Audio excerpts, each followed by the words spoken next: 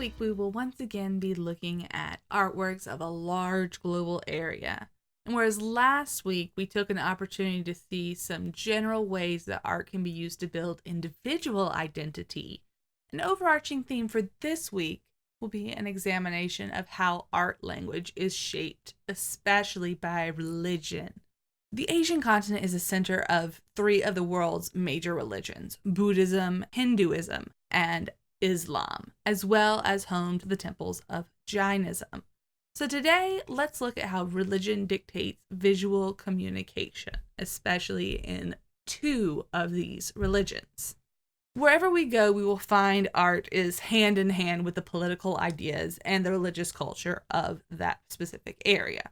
In ancient Egypt, religion was polytheistic and focused on the balance between stability and chaos, the fragility of life in a desert oasis. Asia is dominated for a majority of its ancient history by the rise of two of the world's major religions: Buddhism, which derives from the philosophies of Gautama Buddha, a prince turned monk in Nepal, and the polytheistic Hinduism, which emerged from native practices like Jainism in South Asia around 500 BC. Buddhism embraces philosophies of self-denial, or attaining enlightenment through inward reflection and the rejection of the material world. Generally speaking, cultures that are strongly influenced by Buddhism tend to express themselves more minimally, putting emphasis on the beauty of simplicity and nature.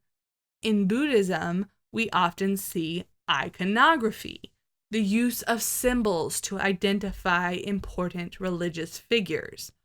Different cultures will choose to depict the Buddha in different styles, representing their embrace of his philosophies mixed with their indigenous beliefs. In this particular Buddha, we can see the influence of Greece on the conquest of India by Alexander the Great in 332 BC. We know this because this Buddha is wearing the draping fabric that is especially popular in Greek statues and motifs. Anytime you think about a statue that has those draping robes on it, you almost invariably think of something that is Greek or influenced by Greek art. A question for you is, what is one current religious symbol that you can think of in contemporary religions that you are exposed to, and what does that symbol mean? What is the conceptual idea behind its formal qualities? Around this same time, Hinduism was emerging in India as a unified religion that derived from the regional practices that were going on. Hindu culture embraces four goals: the Dharma, or the righteous living; the Artha, or the wealth acquired through the pursuit of your profession; the Kama, or human and sexual love; and finally, the Moksha, or your spiritual salvation. The way to a good living in Hindu culture is to follow your tenets, to live rightly, to work for your reward, to express and pursue your affections, and to seek salvation. Many of these goals parallel our own experiences, seeking to do good and working hard to achieve prosperity, but others are a little bit harder or more uncomfortable for Western audiences to grapple with. Whereas there is more of a taboo on sexuality in Western culture, sexual expression is embraced in Hinduism and even encouraged in their religious works. Through Hinduism, there's more of a rigid class structure, known as the caste system, than in the more mobile class structure of the Americas. Hindu people are expected to find fulfillment in life by following paths set for them by their particular caste. One's lineage from the past determines one's available choices in the future. Things like your profession, who you can and cannot marry, your social position, and all of those are set before you are born. So the path to success is not built so much by how you can use the resources that are available to you to rise to power, but rather, how do you thrive within the parameters that have been laid out for you? These religions, Hinduism, Buddhism, the smaller religious sects, will coexist and develop in this area for hundreds and thousands of years. As is often the case, the earliest examples of religious structures or temples are found in caves. We saw this in Africa. These structures are already large and sheltered, and people will follow their natural inclinations to decorate and enhance these spaces. There are 5 temples within this particular cave. Some are dedicated to Buddhism, some to Hinduism, and some to that earliest religion, Jainism. The Angkor Wat in Cambodia is an example of a religious complex that has undergone a transition from its original builders who built it as a Hindu temple to the current religious usage as a Buddhist area. The Angkor Wat is actually the largest religious complex built in the world. It was constructed by the kings of Khmer as a means of legitimizing their claim to political office and also to lay claim to the protection and the power of the gods. As we said earlier, religion and politics are very closely linked. So when a leader does a favor for the religious leaders, like building them a complex, the religious leaders often return the favor by bestowing their blessing on the reign of that ruler. Hindu temples are not a place for religious congregations like we might think of a church or a cathedral. Instead, they are the homes of the god. In order for a king to lay claim to his political office, he had to prove that the gods supported him more than any of their competitors. To this end, the king then had to build the grandest temple or palace for the gods, one that was much more lavish than any of the previous temples. So in doing so, the king is making visible his ability to harness the energy and the resources that are needed to construct the temple, and to assert that his temple was the only place that a god would even consider residing on earth because it is so godlike, so ornate, so lavish. You can see this mindset when you look at the temple on a close-up scale. It is covered with thousands of relief decorations and beautiful little sculptures. Like many ancient structures, the Angkor Wat also served to align with celestial objects and to work in harmony with the universe. Egyptian pyramids had those shafts that aligned with the stars in the sky, and Celtic monuments like Stonehenge acted as large solar calendars, and the Angkor Wat is laid out to also be in harmony with the universe, to mark the movements of the sun, the planets, and the stars. Now, in China, the ruling class that eventually comes into power will adopt the religion of Buddhism. The Chinese dynasties or ruling families will set up courts where there is a highly formal gathering of noble, influential families, advisors, and artists. The artist is a highly respected position in China because they are the people who are spreading the agenda of the king. Again, we are seeing agenda or messages that you are sending out to the world, and bias, the kinds of messages that you're picking out or the way that you communicate those messages. That agenda and that bias is at work in art. It's very hard to separate. Importantly, in these courts, it's considered civilized and a sign of nobility to be skilled in the arts as a ruler or a courtier. Many Chinese emperors paint and study calligraphy. They write poetry and they develop musical skills. This particular painting is done on silk, a precious commodity not just in China, but especially in the West, where silk was scarce and hard to come by and had to be brought over the course of thousands of miles. And in the Chinese courts, 2 very distinctive styles of painting will begin to emerge. The first is gongbi, meaning tidy. Gongbi paintings are very delicate and very detailed in their portrayal. They're often scenes of birds and flowers or other fauna. and landscapes as well. And like I said earlier, the leaders in the Chinese court were often well trained in the arts themselves. It was Emperor Huizong of the Song dynasty who really popularized this gongbi style through his own works. Then there is the Shuimo style, much more expressive and built out of ink washes on the paper. The Shuimo style is not exclusive to China, though. You can see it in Korean works, in Japanese, or in Vietnamese works as well. In Japanese, it's known as sumi-e. The Shuimo is a beautifully atmospheric style, meaning that the closer something is, the more detail the artist will put in. The further away, the more it becomes smoky and foggy. We will be looking at this technique more in depth once we jump into our space lecture and look at the conventions of atmospheric perspective. Now, we looked briefly at language and how it manifests in Egypt.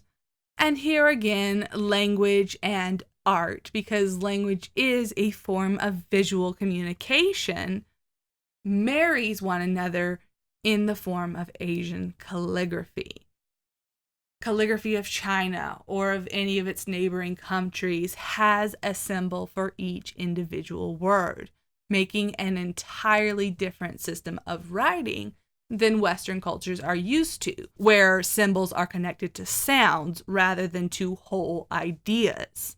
Now, as in most cultures for the entirety of humanity up until the past couple hundred years, only the wealthy could afford the education to be able to write or to read. Calligraphy was in and of itself an art form that had its own philosophy system in the Far East. Even the tools for the calligrapher's writing desks were art forms designed to enhance their practice.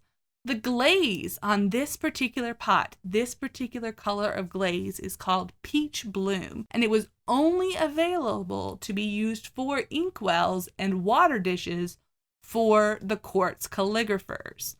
The movie Hero has a great segment on this. I'm going to have you pause and look very briefly at this video clip right here that's coming up in your link to see an example of the philosophy of calligraphy connecting to a larger artistic practice. Now, silks were not the only commodity that Asia had access to that was very rare and very desirable in other parts of the world outside of their borders. Every culture pretty much across the globe does have a history with ceramic wares, but perhaps no place is as associated with its particular style of ceramics as China is. Its own name has become attached to a particular kind of porcelain. And this area has deposits of a very rare, very pure material that is used to make clay called kaolin. And that is the base for white porcelain. The majority of clays around this world are either brown or gray or kind of reddish in color, meaning that when you put color on top of it, it becomes very dull, very earthy in its scheme. Porcelain, on the other hand, is bright white, very smooth, very fine, and it takes color very brilliantly. This material became in such high demand and so synonymous with that location of origin that it actually took on the name of China, which is why, to this day, porcelain dishes of a certain quality are known as China. We'll be talking about this as a commodity for Western consumption later on when we have our discussions on representation in art and look at the trend of Orientalism. And China, because of its connections to power and large footprint, has a large influence on the countries that surround it. Here in the Korean wares, you can see Chinese cobalt blue on white porcelain. Now, cobalt actually comes from Persia, which is modern-day Iran, not too far from the mountain range where lapis lazuli is found. That makes that brilliant blue for ultramarine pigments and artists in both Egypt and in Europe. And so the presence of a cobalt pigment, which comes from Persia, on a white bowl, which comes from the kaolin mines of China, is a testament not only to cultural exchanges, but to a large-scale multi-continental trade.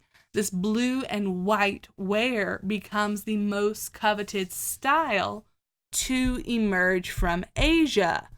And here in this particular piece, we see religious influences cropping up again in the imagery that's actually painted on. So, referencing Buddhist philosophy, this bowl is decorated with the 10 symbols of longevity. Pairs of turtles with exaggerated streams of breath rising from their mouths, cranes, deer, plants such as bamboo, pine trees, the mushrooms of immortality, water, rock, sun, and then the peach blossom-like clouds, all emphasizing and reiterating religious meditations and practices as one has their tea. Japan specifically has its own art styles that will pop up for its courts. Japan will enter periods wherein it exchanges ideas and communication and trade with the outside world, and then it will experience periods where the ruling class decides to cut off contact with the outside world and focus on what is already going on within the country itself, a practice known as isolationism. For Japan in the 19th century, ukiyo-e, or pictures of the floating world, draw from that highly detailed Chinese court painting of Gongbi, but interpret it in a new way. The ukiyo-e prints are very flat with very graphic contour lines, especially the figures, and they often feature idealized or beautiful women. Just as in Hindu artwork, sexuality is very embraced in Japanese culture, and highly sexualized images are very common in ukiyo-e. Ukiyo-e is responsible for some of the most popular prints ever to come out of Asia, especially the 36 views of Mount Fuji and the Great Wave off Kanagawa. These artworks, especially those by Hokusai, who did the 36 views of Mount Fuji, were largely responsible for the Orientalism craze that manifested in the Art Nouveau style in Europe that lasted for many decades. And then let's briefly talk about the role of the mandala. This can appear in both Hindu and Buddhist culture and can be woven into your cloth, painted onto a screen or onto another surface, or it can be assembled from smaller objects as well. The function of a mandala is to designate a holy space and to provide a guide that helps to aid meditation. Mandalas are often filled with symbols or iconography that demonstrates the path towards enlightenment. But in particular, I want to talk about the phenomenon of sand mandalas and how they demonstrate the role of meditation through the process of making itself. This is something we haven't really explored yet as much in this class, how the process of making an artwork can have just as much impact as what the artwork is made of or what it eventually looks like in the end. So sand mandalas are particular to the Buddhist philosophy, and they are made by Buddhist monks as a meditative practice. They're made from colored sands or crushed stones or shells, and they're assembled through small little straws or pipes and scrapers. One or a small group of monks will be working on a mandala working their way out from the center. This process can take weeks to complete, and the monks focus entirely on the work at hand. Now, once complete, the mandala is ceremoniously dismantled then.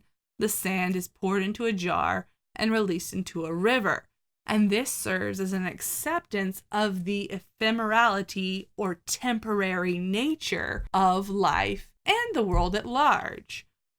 So these mandalas show a great example that sometimes for an individual or a group, that the process of making is just as important as what will eventually be made in and of itself. And sometimes it's even more important than what the end product actually winds up being. And we have had demonstrations at Wingate University itself of these meditative mandalas in action. So today we're going to end by sharing this short clip, which you can click on after this video to watch some examples of the process of making mandalas in action.